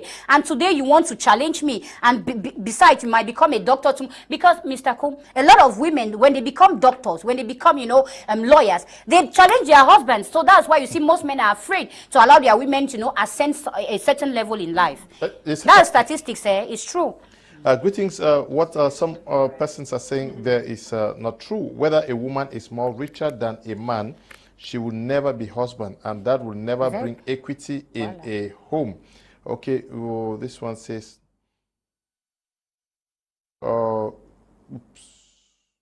good evening to you all in the studio. Said there is no issue of gender equality between man and woman, nor in marriage. Okay. God created man and placed in him a spirit of authority. Men are authoritative beings. Putting a sign of equality between a man and woman is an illusion. Gender equality is based on women being given the same opportunities given to men in the world of work and promotion. Edward is writing from Mamfe. Regarding what the panelist is saying about a man encouraging his woman, I, for one, I will send my wife to space if that's her objective, and if it's possible, I help her do so. But if she tampers with my authority as a man, I put her in another rocket and shoot. Yes, but she's already where you sent her to. How do you turn the tide? Greetings to you all. It becomes complicated when modern couples have traditional in-laws, okay? Yes, modern couples and traditional in-laws, yes. But est-ce que vous avez aussi l'impression que, comme il dit là, les in-laws, la belle famille aussi, oui, parce que vous dites qu'il y a des femmes qui sont travailleuses et qu'il y a des maris paresseux. Est-ce que ça peut vraiment, est-ce qu'ils peuvent s'en sortir parce que la belle famille sera toujours là, que tu es là pour manger l'argent de notre fille et tout ça. Est-ce que ça ne complique pas plus l'affaire? En fait, le mariage, ce n'est pas la belle famille. Okay. Le mariage, c'est l'homme et sa femme. Maintenant, qui va fragiliser cette relation-là? C'est-à-dire que c'est toujours l'un ou l'autre qui rapporte à la belle famille, ou bien la manière dont ils vivent, ou bien la manière dont l'homme tient son ménage. Parce que l'homme peut ne pas avoir les moyens, parce que dans ce cas, c'est la famille de la femme qui viendra parler que l'homme est en train de manger l'argent de la femme. C'est à la femme qui cherche son argent à tenir sa famille à l'écart de son mariage. Et ça, c'est vice-versa. Donc, quand un homme a les moyens. Parce que toujours est-il que quand vous acceptez de vous marier, ça veut dire qu'il y a eu... tu savais que... Parce qu'il y a certains hommes, comme disaient les autres, qui vont dire que les femmes ne doivent pas travailler. Tu as tous les diplômes du monde, l'homme va te dire, tu restes là, je ne veux pas que tu travailles, je te donne tout ce dont tu as besoin. Et maintenant, la famille qui n'est pas au courant de ça va te traiter de paresseuse et de tout et tout. Et c'est l'homme maintenant de mettre cette barrière pour protéger son épouse. Maintenant, j'ai entendu mes filles parler, par exemple, des femmes qui montent sur la tête des hommes parce qu'elles sont docteurs. Là, ça n'a aucun rapport avec ce qu'on appelle l'égalité ou bien l'être humain. Le problème, c'est l'éducation. Tout simplement. Parce que vous êtes d'accord avec moi qu'il y a quand même des femmes qui ont été mariées, qui ont eu l'argent, plus que leur mari, mais vous ne les entendrez jamais parler. Parce qu'elles ont cette éducation-là. Elles ont cette grandeur-là. Parce que moi, j'ai toujours l'habitude de dire, tu es docteur. Tu as fait comment pour être docteur? Parce que pour que tu sois à ce niveau, tu dois avoir un certain niveau de maîtrise de soi, un certain niveau d'éducation qui ne te permettra jamais de dire certaines choses à ton mari. Maintenant, comme vous l'avez dit, je concède avec toi, vis-à-vis de la nature de la femme. Parce qu'effectivement, la femme est une exaltée. Dernièrement, j'ai entendu une femme qui s'engueulait avec son mari. Elle ne fait absolument rien, elle ne travaille pas, elle est ménagère. Tu me sers à quoi? Tu es quoi? Ça, c'est le fort de la femme. Mais je t'assure, à 90%, va chercher ce que le mari lui a fait. Parce que l'homme, lui, il est subtil. Hein? Comme je suis assise là, je vais me mettre à bavarder comme une folle. Vous ne saurez pas s'il m'a piqué au dos, le sang est en train de couler. Parce que si lui, il pique, il reste calme. Pendant qu'il est calme, pendant que moi, je sors tout le quartier, parce que c'est la nature féminine, c'est toujours moi qu'on va voir que je suis fautive. Donc cette femme qui va rappeler à son mari, cette femme qui va rappeler à son mari que je te dépasse, je suis docteur. Tu ne sais pas, parce que si sa femme l'a d'abord accepté comme ça, tu ne sais pas ce qui a poussé cette femme de le lui dire. Je vais chuter, je ne sais pas, je ne m'adresse pas à toi. Hein. Elles aussi, elles ont dit la même chose. Hein. Elles ont dit, les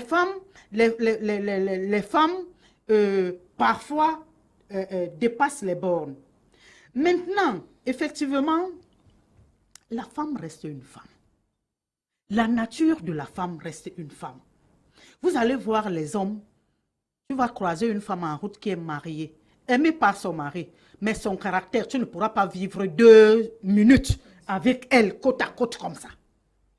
Mais son mari l'aime, telle qu'elle est. Donc, ce n'est pas un débat par rapport au comportement du couple. Parce que le couple reste toujours un socle fermé. C'est l'un d'eux qui va se faire sortir. La femme, je vous assure que si toi la femme ou toi l'homme, vous ne sortez pas vos problèmes pour aller dire à la famille. La famille n'aura pas à intervenir. Oui, mais le problème est que... Quand tu épouses un homme, tu épouses la famille. Nous sommes dans un contexte bantou. C'est ça qu'on oublie. Nous ne sommes pas les occidentalisés, nous sommes bantous. Et quand tu es bantou, une femme, quand tu épouses la famille, un homme, tu épouses toute la famille. Donc ça veut dire la famille a peut-être un droit... Le problème est-ce qu'il est possible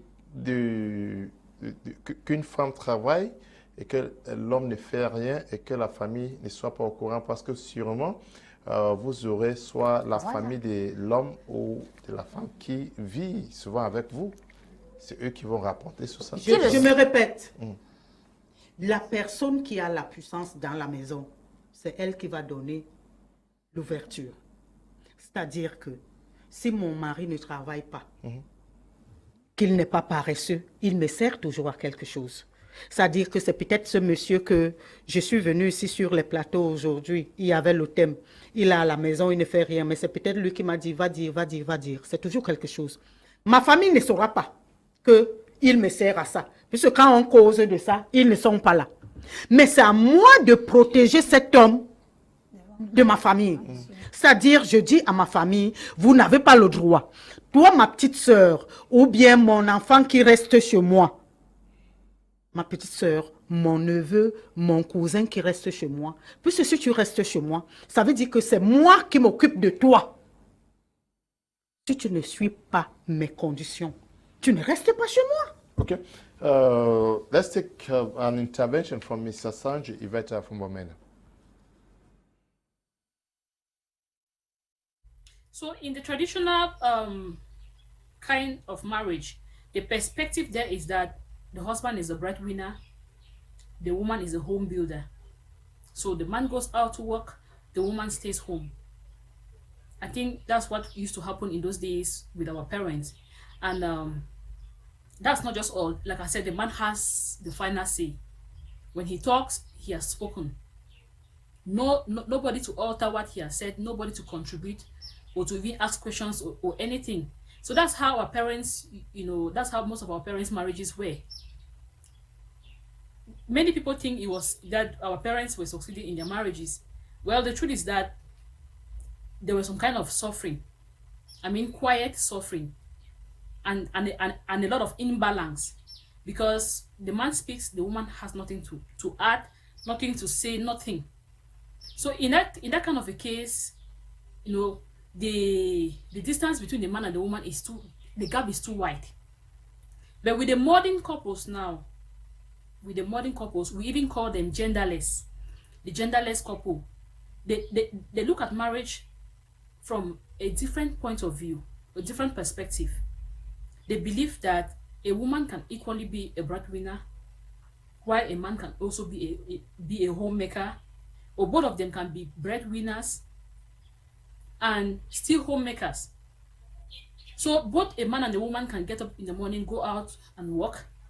They have money that they're bringing in. The woman is bringing in income. The man is equally bringing in income. And when they get home, when there's work to do, I mean, in terms of house chores, everybody gets into it. It is not like it's a woman's thing or it's a man's thing. So this is how modern couples look at marriage.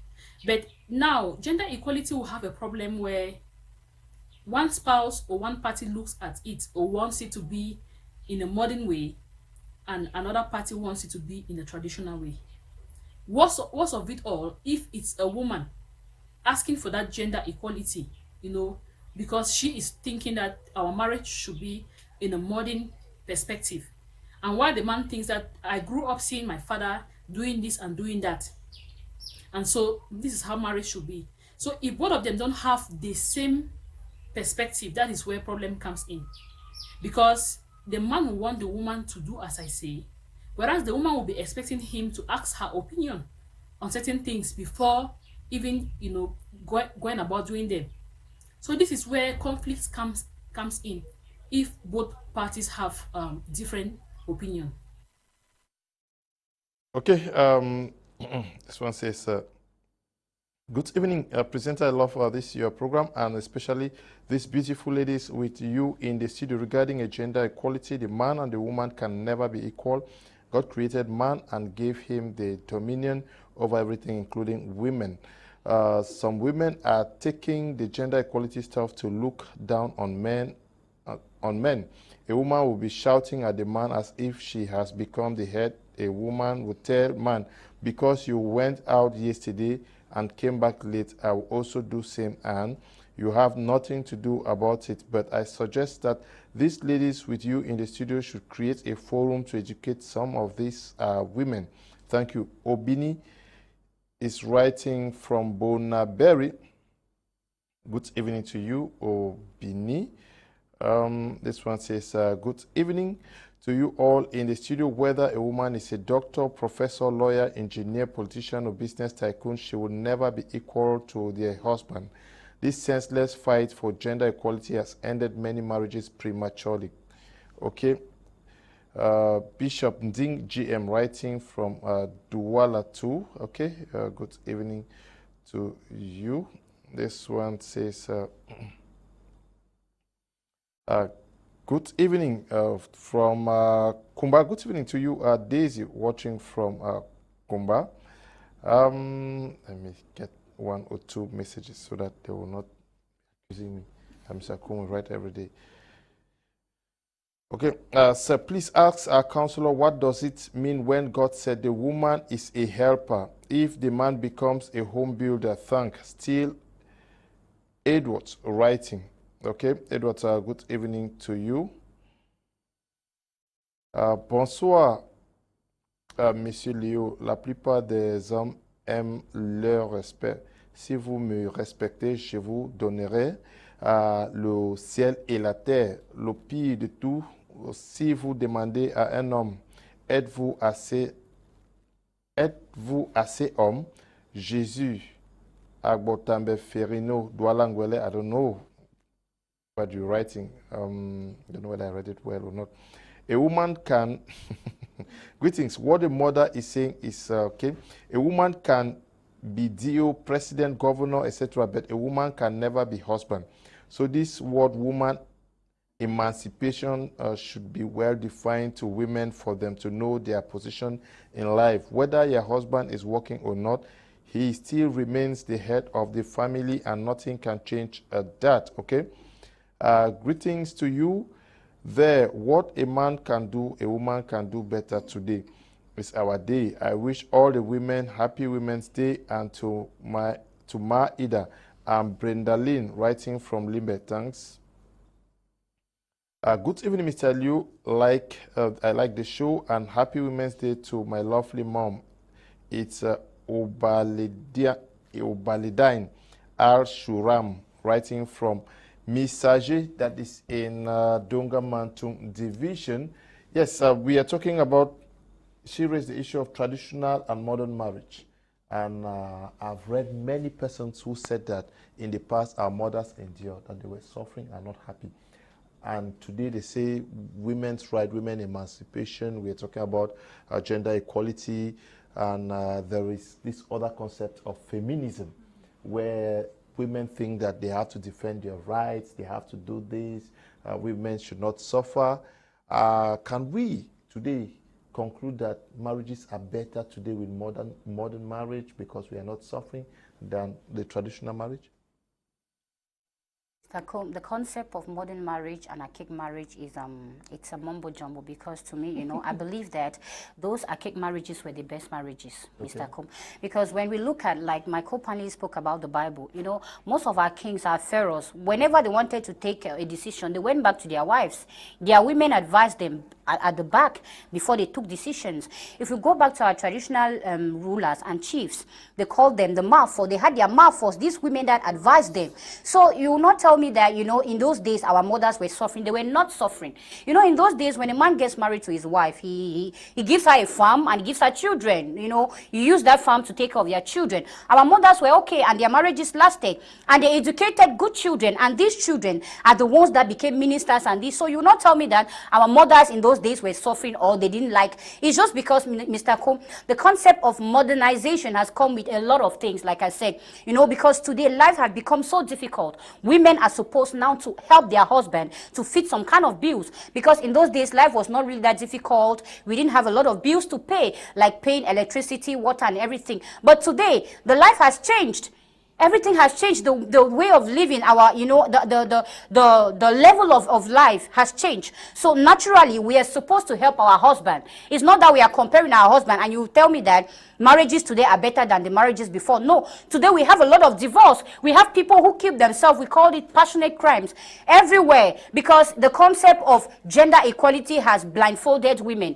And today we have people fighting here and there, divorces here and there, children who are not even well educated, because, Mr. Kum, when a home is broken, the children suffer, and the children are wayward. We have a lot of street children. In those days, you cannot see children loitering about the streets like that. But today, you go to the street, you see children, les enfants de la rue, scattered every now and then, because of wrong marriages, because of the concept of gender equality. Women no longer have their places, and they no longer do what is supposed to be done, so that marriages can work rightly.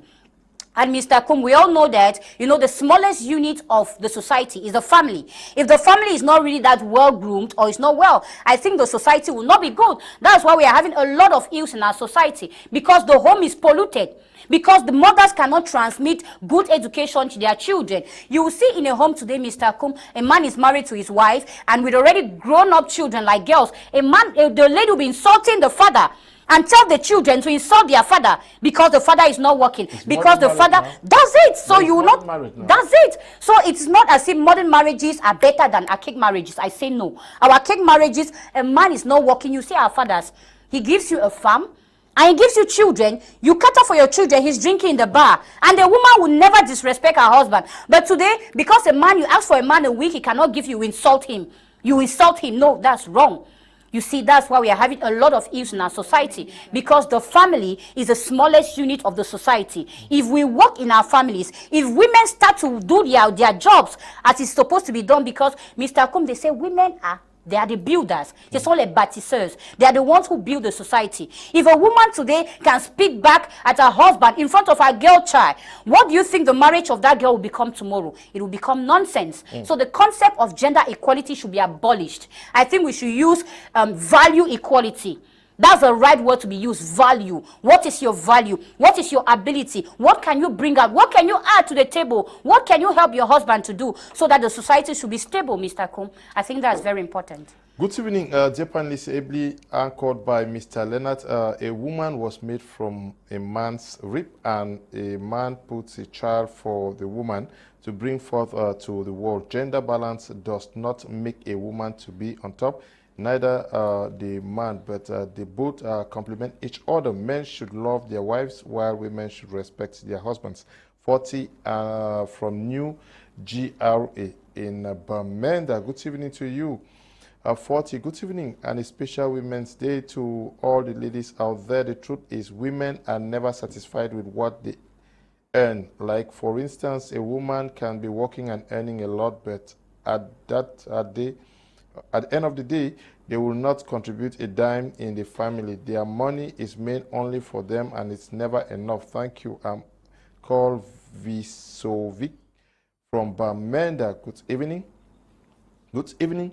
What a wonderful topic. I think this issue of equality really needs clarity. That's exactly what you are doing. Great job. The Bible makes us to understand that God made man to sleep and remove a rib from the man to make a woman.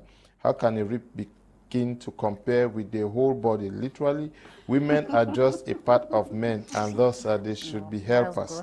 There is nothing like equality. Africa in particular is highly patriarchal. Thank you.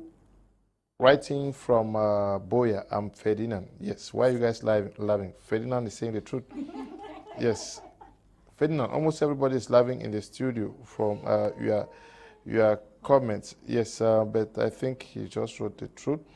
My name is Fred Foba from the United States. I do enjoy all your programs on my Media Prime TV. Thank you very much, Ferdinand. Now, we are talking about gender equality. It's also very related to women emancipation. It's also very related to feminism. Yes, all of these concepts just came. Are they a blessing to our marriages today? Are they preparing better couples tomorrow? There's one thing I believe in, Mr. Leo. As a person, what is good for me? As a person, what is good for my environment? If we want to sort out the things that everybody thinks, or that the solutions that every marriage needs, they will never get out of this thing. Okay. Yes, so what I think is, what if you, on your part as a man, you're doing the right thing? What if me as a woman on my part, I choose to do the right thing? When we have a period where everybody complains about the woman, everybody complains. That's why we keep complaining. In fact, we can never have a solution. Okay.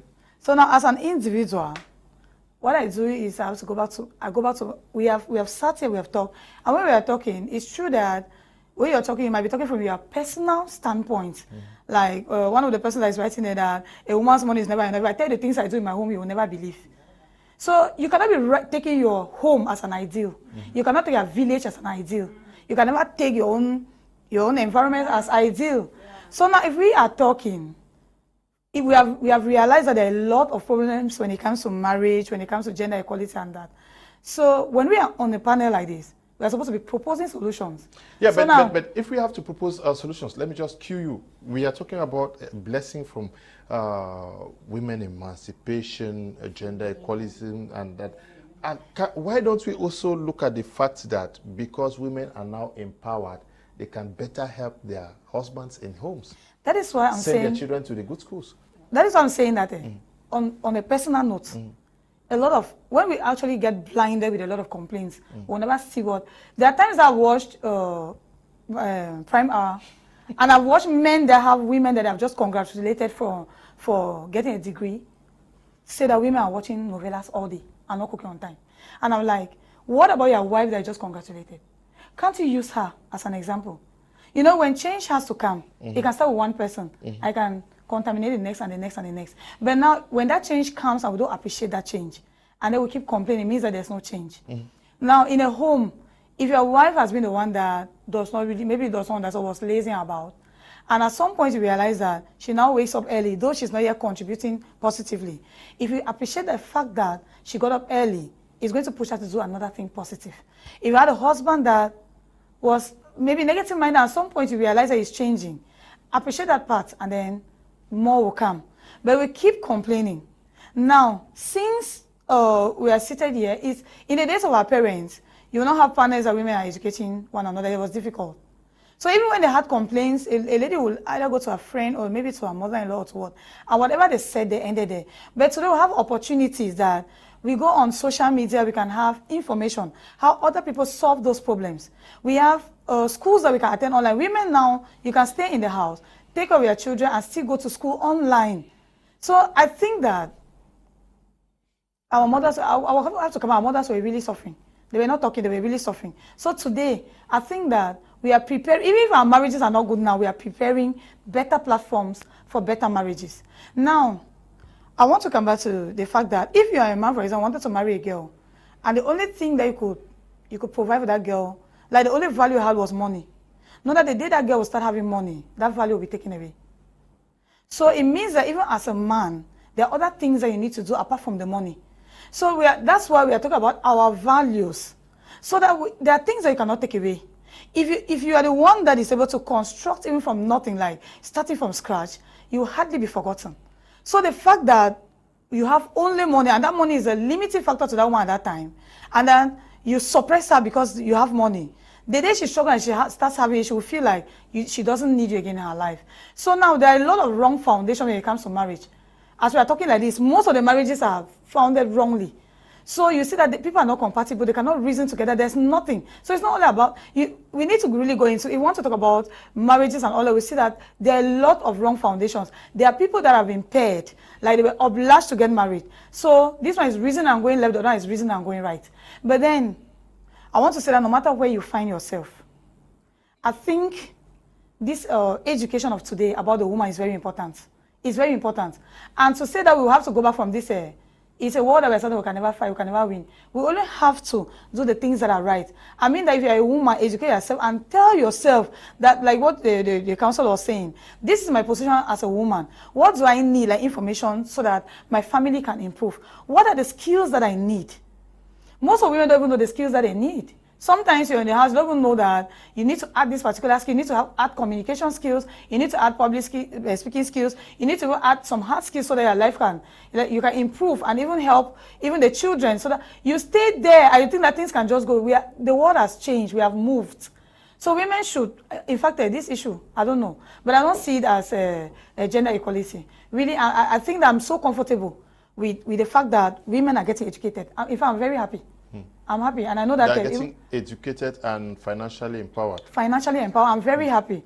In fact, any home now that the woman is empowered, it is true that we can get to some points where there are those excesses, but most of the homes that have a lot of problems that go to divorce, check around, it's around financial problems. All those things that is either the man is not setting bills or the woman is not getting this, you cannot buy me this or cannot buy me that. Okay. When the woman is able to or contributes to that, most of the homes that have that, yes, they sort it out at some points. Okay. Good evening to you in the studio. Please, I have a question to ask. How will you call a woman you married and you bring her home and open a business for her to handle, but she refuses to do and say she do not sign a certificate to come and work? How can that be? Petran is writing from Yaoundé. Yes, but that is also one of the problems. Some women would not also want to work or do anything. They need education. Okay. And that's why we are talking about empowerment, empowering the girl child, making her to understand that she has to be useful to herself and to the society. Okay. So she needs that information. When she has that information, she'll be transformed. Her mind, when her mindset is transformed, you see her entire being is transformed, and she'll be ready to do what she was not able to do before. I also want to add that you need to know where the woman's strong points and her weaknesses. Operating a business might just be her weakness, and you are putting her into that position. So you need to know where she has strengths and her weaknesses. Don't just think that because she came to your house and she needs to do business, you open a store, she will eat, if she wants to eat, she will eat it all. Because she does not know that how to manage a business. So I think we should get the skills that they require for you to operate a business. Okay. Greetings, Mr. Liu. I love the show with passion. I wish to find out, should a woman continue to endure even when the man is out of hands? What I mean is this, he is not faithful with money and he don't even support any of the family. I feel so bad and feel ashamed because He keeps late nights despite all the support I am giving him. He has pushed me to always quarrel with him round the clock because he is not honest as far as finance is concerned. I need an advice. Missy. Mervis, can you just write to me after the program? I'll give you Mme Fotinglet's number, or Mr. Asanji. This one, and she says that I am submissive to him to an extent that he is taking it for granted. What pains me the more is that at the godly hours he comes home, he equally makes me to feel that I have no right to question him on anything. Help me, please. But this is also very terrible. Yeah. Many girls are doing this, and some men are abusing this position of I am the man. Oui. Et c'est surtout sur ça, hein, parce qu'il ne faut pas mélanger les choses. C'est surtout sur cette catégorie de personnes qu'on combat. C'est-à-dire qu'on a en ce moment les hommes qui vraiment se chosifient la femme d'une manière, c'est-à-dire que sans aucune raison. Moi, j'ai toujours dit parfois, quand on dit le problème des femmes battues, je dis parfois le problème de la femme, c'est la femme. Quand tu es marié, quand tu es un homme marié à toi et que maintenant il a besoin de s'amuser, il part chez celle qui est dehors. C'est celle qui est dehors qui incite l'homme à venir maltraiter celle qui est dedans. Et pourtant, nous deux, nous sommes des femmes. Parce que quand l'homme rentre de là-bas, il vous compare maintenant. Quand il est à la maison, le regard qu'il a envers toi n'est plus le même. Parce que celle qui est à l'extérieur a voulu lui montrer qu'elle était exceptionnelle, elle était très bien. Donc maintenant, c'est la brutalité. Il peut rentrer là-bas. Là-bas, il a été bien reçu, il a bien mangé, il a bu du bon vin. Quand il arrive à la maison, tu lui dis, mais chérie, tu sors d'où? C'est une gifle. C'est ça. C'est ça. Comme je vous disais tantôt, pour le couple, c'est-à-dire que la vie d'un couple, par exemple pour les finances et tout, on connaît ces couples, il y a les hauts et les bas. Il y a les couples qui sont, je vous ai dit, qui vivent normalement, c'est-à-dire la femme a l'argent, l'homme en a aussi, mais pas assez comme la femme, mais ils vivent en harmonie. Mais maintenant, par exemple, comme on parlait de cette femme qui peut-être a la possibilité aussi de sortir, de faire un job, et l'homme, parce qu'il est le mal, parce qu'il est l'homme, il te dit, tu ne le fais pas. Maintenant, comme vient de dire celui qui est à Yaoundé, qui a ouvert un commerce à sa femme et que sa femme ne veut pas vendre, j'aime bien quand c'est d'un côté qu'on dit. Parce que quand il a ouvert un commerce, quel commerce il a ouvert à sa femme? Est-ce que ce commerce, il a fait, comment vous pouvez dire, il a dialogué avec sa femme avant de le faire? Ou bien il s'est dit, bon, comme ma femme est à la maison, elle me dérange, je pars lui acheter un cajot de tomates, je lui donne, elle commence à vendre. C'est un exemple que je donne comme ça au hasard. Non.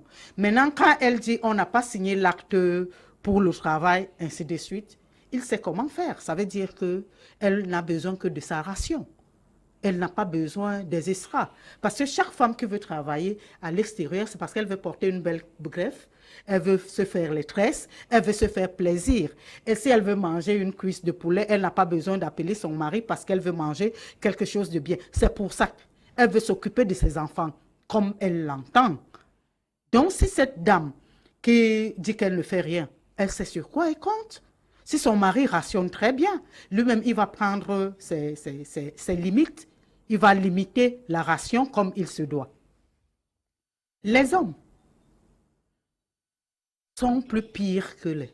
C'est-à-dire qu'ils sont l'homme. Quand vous disiez tantôt, quand tu donnes la main à la femme, il prend le bras. L'homme a eu cet avantage que la femme lui a donné le pouvoir de commander. Si, comme je te l'ai dit, si. C'est naturel, mais il y a une manière. Quand je dis la femme lui a donné le pouvoir, je vous ai dit tantôt où la femme ne s'aime pas elle-même et elle n'aime pas son vis-à-vis. Je m'aime pas, je ne t'aime pas. Ça veut dire que si je t'aime, Et qu'en ce moment où nous vivons dans un monde où les femmes sont plus nombreuses que les hommes, et on vit ça mal, parce que l'homme a toujours les regards dehors, et quand l'homme vient vers toi, comme je le disais tantôt, au lieu de le prendre en tant qu'un homme, toi tu veux montrer que toi tu es une femme exceptionnelle. Quand tu parlais des divorces, certains divorces viennent de ça. Je ne pense pas qu'une autre femme peut pousser l'homme à taper sa femme dedans. Si. C'est parce qu'il le veut. Non. Moi, je le dis, non. Si. Est-ce que tu penses qu'il y a les hommes que quand ils parlent dehors, disent que ne mal parle pas de celle dedans? Ça dépend de l'homme. Mais 90% des femmes, des hommes, quand ils viennent vers toi, ce qu'il apporte, ça veut dire qu'il, pour te mettre à l'aise, il veut te montrer qu'il n'est pas à l'aise dans son ménage. C'est pour ça qu'il vient vers toi. Et quand il vient donc ainsi, ça crée autre chose. L'homme bantois est né polygame. Est-ce que vous le savez? Yes, I want to say something. It's true, the lady who just made a complaint about the attitude of her husband. I just want to use something about what she just said to talk about the aspect of traditional marriages and modern marriages. And I'll beg to differ with something Mme Nadia said. To her, that's her point of view. And my point of view, because she says she prefers and she thinks that traditional marriages were the best. And the modern marriages are all a fiasco and a failure. Yeah, there is a change and there is a shift in mindset.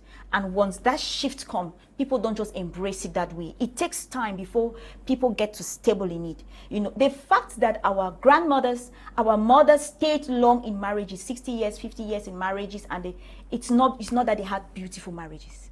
Not because they had beautiful marriage, because society placed them in a position where they could not complain. Yes.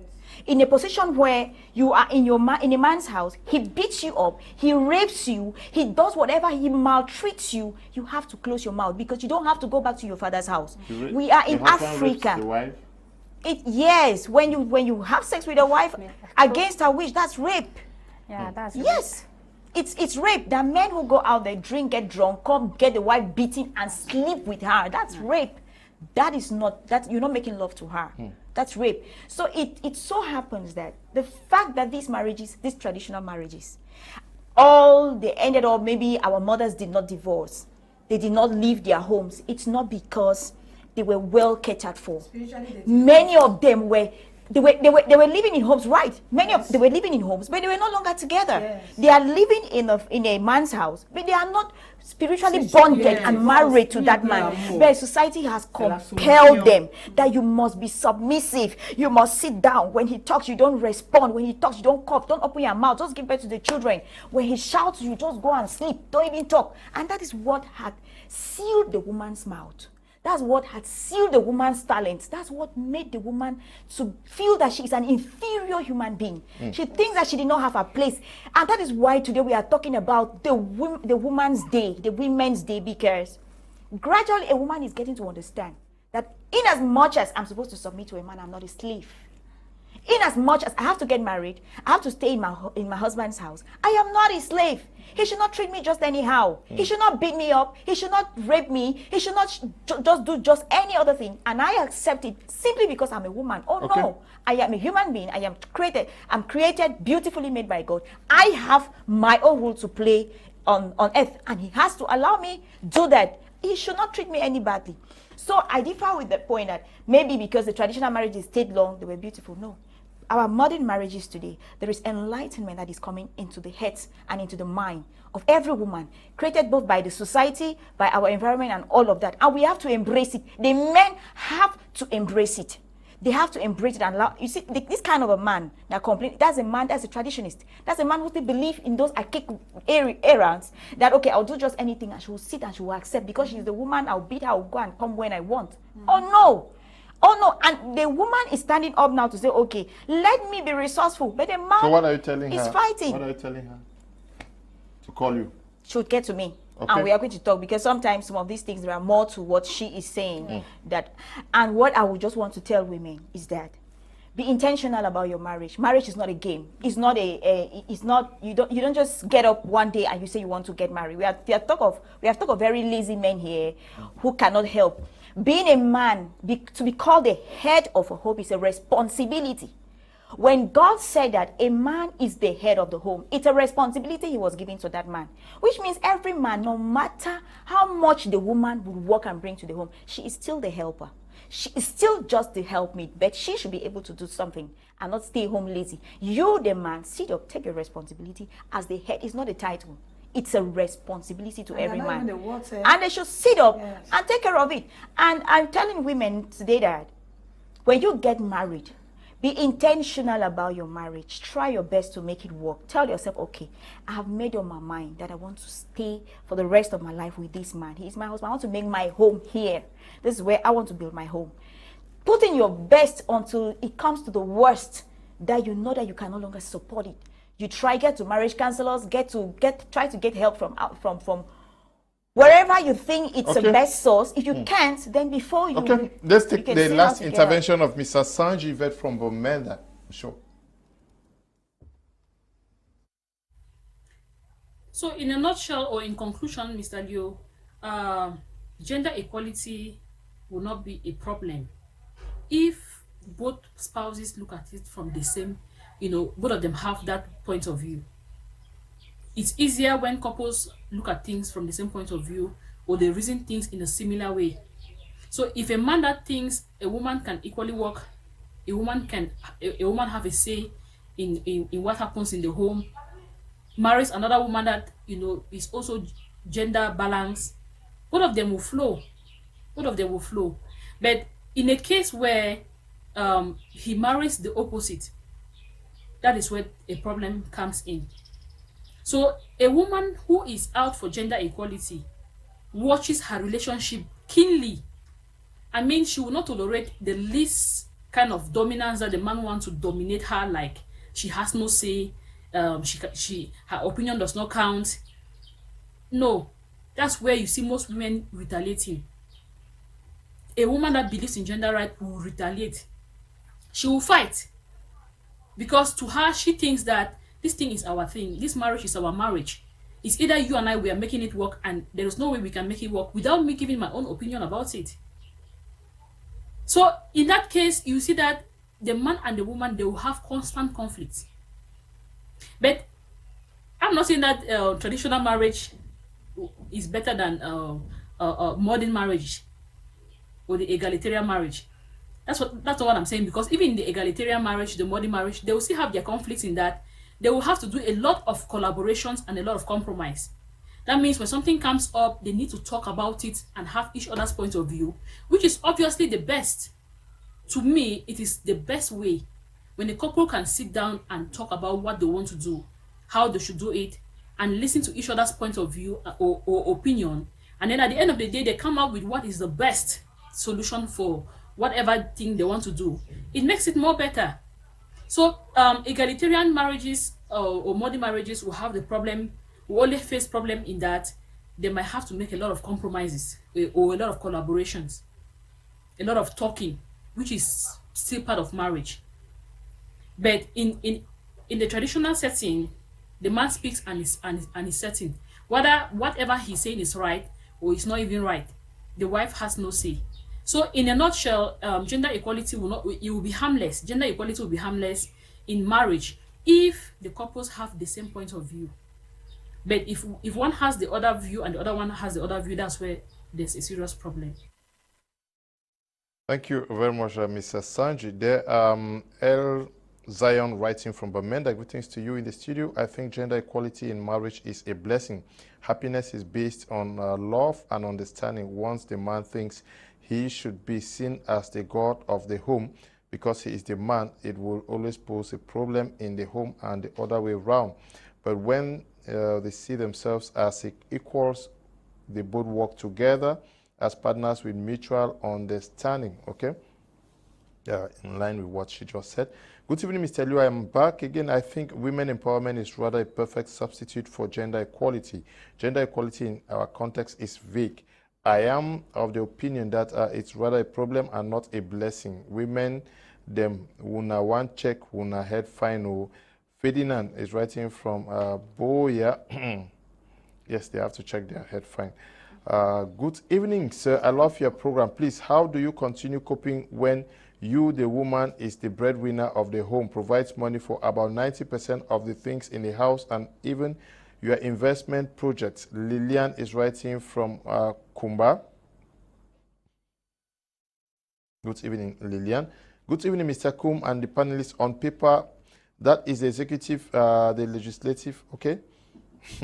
Good evening, Mr. Leo. I am living it, writing from Bermuda. In marriage, there is nothing like gender equality. A woman can be anything in the society, but she can never become a husband. So women should accept their position as helper to the man. My wife is the head and manager of my home as she helps me perform my duties as the head of the family. Happy Women's Day to all deserving women and a special one to my wife, Mrs. Mobine. Okay, deserving. So some are not deserving. Good evening, Mr. Leo. Greetings to the panelists. This is a very rich package with remarkable team. I need help in the case where your wife is empowered by you and decides to travel abroad and here own to the working, and you have nothing to say about that, despite the fact that you have done all it takes to keep a home. Should you remain single and count on her the day she decides to come back? Please help me out. Nsah, writing from Bamenda, please help connect me to the lady in complete traditional outfit to let me ask her more questions. I don't know who is in complete. Just write to me after the program. I'll give you their numbers. Good evening, Mr. Leo, and to all the panelists in the studio. I am really enjoying your program today, and particularly the women with the white necklet. She is a good mother and wife from her words. Nelson from Yaoundé. A man remains the head, but respect your wife and give her the opportunity to work because it is still for the good of the family. Nelson from Yaoundé. Good evening. Good evening to all the members of your program. I wish to appreciate one of your panelists. I wish we could listen to her. The nucleus of the society is the family, and traditional home is the best compared to modernity. Franklin is writing from Tarikon, that is in Bamenda. Good evening, Mr. Kum and the panelists. The truth is that this issue of gender equality has brought confusion to many women by causing many women to become divorcee. A woman cannot be a man or like a man. So women identify your identity and maintain it. Joan is writing from Malabo. Thank you. Good evening, Mr. Leo. Saleh from Mutengene. Please, Mr. Leo, I don't know why you people are trying to underlook women who stay at as if they are not doing anything. Just stay at home for one day and you will know that khaki no be leather. In fact, there is a lot of work to do to keep the home moving. So housewives is still a job and should be respected. Sally, I don't know why you say some of you. Did I say I don't respect them? Why are you accusing me, Sally? Good evening, Mr. Leo. I propose that ladies should be talking on Tuesday programs with Apostle Lambe to educate some of these women today. So men are going through hair because of competition called gender equality. From Maurice, writing from Boya. Okay, I don't know which of the ladies. Good evening to you all in the studio and happy Women's Day to all women following the program. To me, what a man can do, many women can do it more better. Nkong Wilson Bangse, watching from Mokolo in the far north region. Okay, so many messages we have to end here. Thank you, Nadia, for coming. Your beautiful panel. I just want to leave the women out there, telling them that, you know, the concept of gender equality should be abolished. I prefer the name of, you know, value equality or capacity equality is a better word to be used. Mr. Kum, 1 second. We are 10 minutes after time, please. Because, you know, most African women do not understand. We need education. Okay, thank you for coming, please. All right, thank you so much, every woman that listened out there. Please educate yourselves. Mme Fotinglet, thank you very much for coming. Thank you, Mr. Leo. Thank you to my fellow women on the panel. Happy Women's Day to us. Make use of this day and be informed. Okay, thank you too, Madame, for coming. Oui, merci à mes jeunes panélistes, merci aux femmes. Soyez des femmes fortes, soyez des femmes entreprenantes, soyez des femmes sages aussi. Et informez-vous surtout de la manière dont cette journée a été annoncée, parce que effectivement beaucoup de femmes font l'amalgame entre la journée internationale de la femme et la journée des soulevés. Soyez sages. Okay. We want to thank you to Mrs. Asanji Yvette, who watched us, who took part from Bomenda. We want to thank Eli and Desmond for producing the program, and all the broadcasters, and also to you, Tabitha and the Bryant, who is supervising the work we do out here. To all of you women, celebrate responsibly. Stay blessed. Bye-bye.